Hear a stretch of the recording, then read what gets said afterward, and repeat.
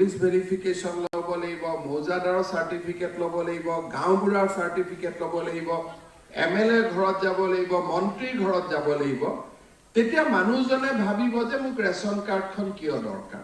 অৰ্থাৎ যদি মানুহজনে অহাৰ লগে লগে আমি মানুহজনক এটা চেকলিষ্ট দিলোঁ যে আপোনাৰ এড্ৰেছ প্ৰুফটো দিয়ক, আপোনাৰ ইনকাম চাৰ্টিফিকেটখন দিয়ক, আপুনি আহিব নালাগে, ঘৰৰ পৰাই পৰ্টেলত আপলোড কৰি দিব আৰু আমি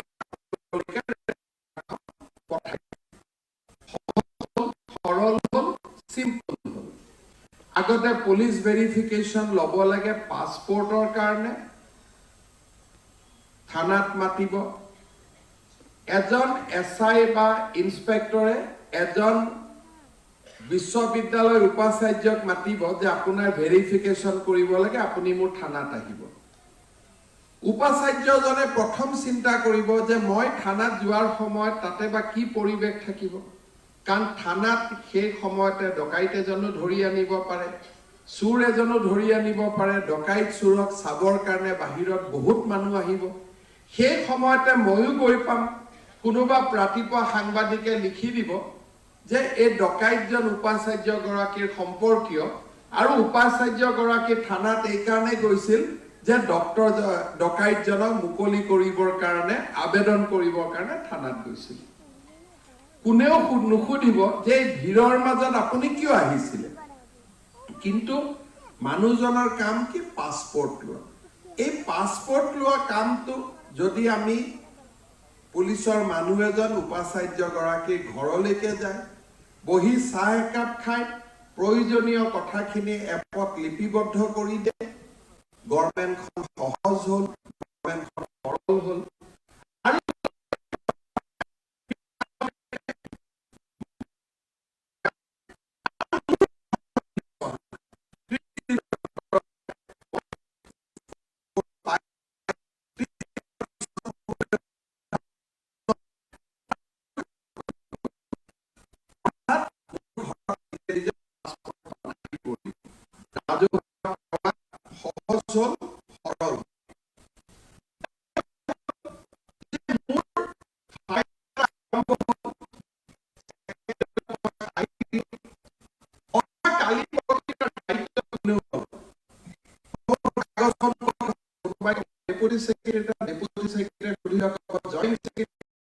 নাথাকে 30 দিনৰ ভিতৰত মাটি হস্তান্তৰ হ'ব।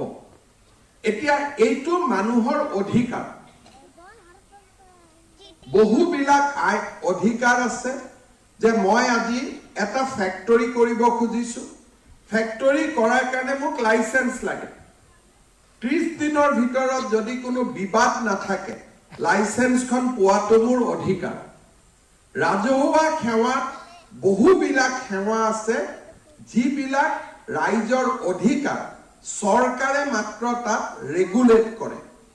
অৰ্থাৎ গুৱাহাটী মহানগৰীত মই এটা বিল্ডিং বনাব খুজিছো, মোৰ মাটি, মোৰ টকা, মই বিল্ডিংটো বনাম।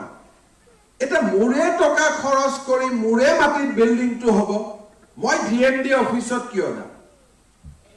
অৰ্থাৎ ই মোৰ অধিকাৰ, আপোনালোকে মোক ৰেগুলেট কৰিব খুজিছে কৰক, কিন্তু যিহেতু বিল্ডিং মোৰ, মাটি মোৰ, নিৰ্দিষ্ট সময়ৰ ভিতৰত আপুনি মোৰ কামটো কৰি দিব লাগিব। যদি আপুনি মোৰ কামটো নকৰে মই নিজে নিজে ঘৰ বনাই লম, কাৰণ মোৰে মাটি, মোৰে টকা, মইতো চৰকাৰৰ মাটিত ঘৰ বনোৱা নাই। কাৰণ ই চৰকাৰে ইয়াত কোনো অনুদান দিয়া নাই, চৰকাৰে কোনো দান দিয়া নাই।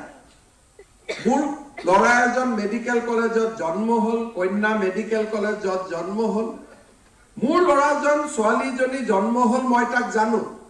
কিন্তু চৰকাৰে কৈছে যে আপুনি এডমিশ্যন ল'ব লাগিলে এখন বাৰ্থ চাৰ্টিফিকেট লাগিব। মোক বাৰ্থ চাৰ্টিফিকেট দৰকাৰ নাই, কিন্তু চৰকাৰে নিয়ম বনাই দিছে বাৰ্থ চাৰ্টিফিকেট লাগিব, কাৰণ মইতো জানো এইজন মোৰ ল'ৰা, অমুক তাৰিখে অমুক বজাত জন্মগ্ৰহণ কৰিছে।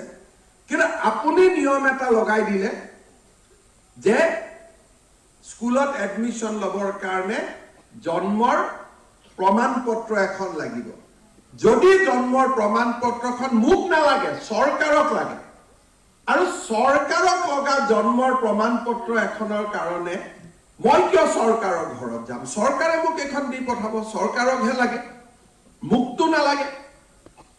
অৰ্থাৎ সেৱা এটা বেলেগ আৰু 10 জনৰ মাজত কম্পিটিশন কৰি কিবা এটা সুবিধা লোৱা বেলেগ। সুবিধাটো অধিকাৰ নহয়, কিন্তু অধিকাৰটো অধিকাৰ। অধিকাৰবিলাক চৰকাৰে সময়মতে দিয়াটো চৰকাৰৰ দায়িত্ব। জন্মৰ প্ৰমাণ পত্ৰ, মৃত্যুৰ প্ৰমাণ পত্ৰ, বিবাহৰ পঞ্জীয়ন, মাটিৰ ৰেজিষ্ট্ৰেশ্যন, মাটিৰ ভাগ বতৰা, কোনোবা এজন মোৰ স্বামী ঢুকালে সন্তানৰ বাবে নেক্সট অফ কিন চাৰ্টিফিকেট, এনেকে আমাৰ ৰাজ্যত আমি নটিফাই কৰিব লাগে যে কিমানটো আমাৰ অধিকাৰৰ ভিতৰত পৰে আৰু কিমানটো অধিকাৰৰ ভিতৰত নপৰে। 2010 চনত মধ্যপ্ৰদেশ চৰকাৰে প্ৰথমবাৰ ঘোষণা কৰিছিল যে এইখিনি মানুহৰ অধিকাৰ আৰু এই অধিকাৰখিনি টাইমলি চৰকাৰে দিব লাগিব। 2010 চনত মধ্যপ্ৰদেশ চৰকাৰে এই আইনখন প্ৰণয়ন কৰাৰ পিছত 2012 চনত অসমেও right to public service act আমি বিধানসভাত গ্ৰহণ কৰিলো। কিন্তু সেই আইনখন আমি ৰূপায়ণ নকৰিলো। 2019 চনতো ইয়াৰ সংশোধন হ'ল, 2024 চনতো ইয়াৰ সংশোধন হ'ল, কিন্তু আইনখন আমি ৰূপায়ণ কৰিবৰ কাৰণে আজিলৈকে পৰা নাছিলো। অসম চৰকাৰে ইতিমধ্যে আমাৰ সেৱা সেতুৰ জৰিয়তে 725টা বিষয় আমি নাগৰিকৰ অধিকাৰ বুলি ঘোষণা কৰিছো। ইয়াতে 64টা বিভাগ আছে, সঞ্চালকালয় আছে আৰু 6 শিডিউলৰ আমাৰ কাৰ্বি আলং, ডিমা হাছাও, বড়োলেণ্ড টেৰিটৰিয়েল কাউন্সিল আছে। আৰু ইয়াতে 725টা সেৱা আমি ৰাইজৰ অধিকাৰ বুলি ঘোষণা কৰিছো। 725টা সেৱা কি? ফেক্টৰী লাইসেন্স, ফায়াৰ ব্ৰিগেডৰ লাইসেন্স, কাৰোবাৰ বিল্ডিং পাৰমিশন, কাৰোবাৰ বিধৱাৰ প্ৰমাণ পত্ৰ, কাৰোবাৰ মাটিৰ ভাগ বতৰুৱা, এনেকে আমি 725টা সেৱা আমি ৰাইজৰ অধিকাৰ বুলি ঘোষণা কৰিছো। আৰু প্ৰত্যেকটো সেৱা কিমান দিনৰ ভিতৰত হ'ব লাগে তাৰ সূচী এখনো আমি পোৰ্টেলত দি থৈছো যে এজন যদি ডিচিৰ অফিচত আমি মোৰ দেউতাৰ মৃত্যু হৈছে, গতিকে মোক নেক্সট অফ কিন চাৰ্টিফিকেট এখন লাগে, তাক য'ত এনঅ'কে চাৰ্টিফিকেট লাগে, কাৰণ সেইখন চাৰ্টিফিকেট নহ'লে মই দেউতাৰ পেনশনটো পাব নোৱাৰো। এতিয়া এই চাৰ্টিফিকেটখন কেইদিনত পাব? 30 দিনত পাব, লিখা আছে। যদি 30 দিনত মই পাব লাগে, মই অফিচত কিয় যাম? মোৰ যোৱাৰ প্ৰয়োজন নাই। আৰু অফিচত যদি মই যোৱা অহা নকৰো, পোৰ্টেলত মই আবেদন কৰিছো, পোৰ্টেলতে মই ৰিপ্লাই পালো, মোৰতো কাৰ্যালয়ত যোৱাৰ প্ৰয়োজন নাই। আজি আমাৰ লাৰ্নাৰ লাইসেন্স এখন কিমান দিনত আমি পাম তাৰ নিৰ্দিষ্ট সময় দিয়া আছে। আজি বিভিন্ন ধৰণৰ এনেকে আমি 724টা সেৱা আমি নাগৰিকৰ অধিকাৰ বুলি আমি ঘোষণা কৰিছো। এতিয়া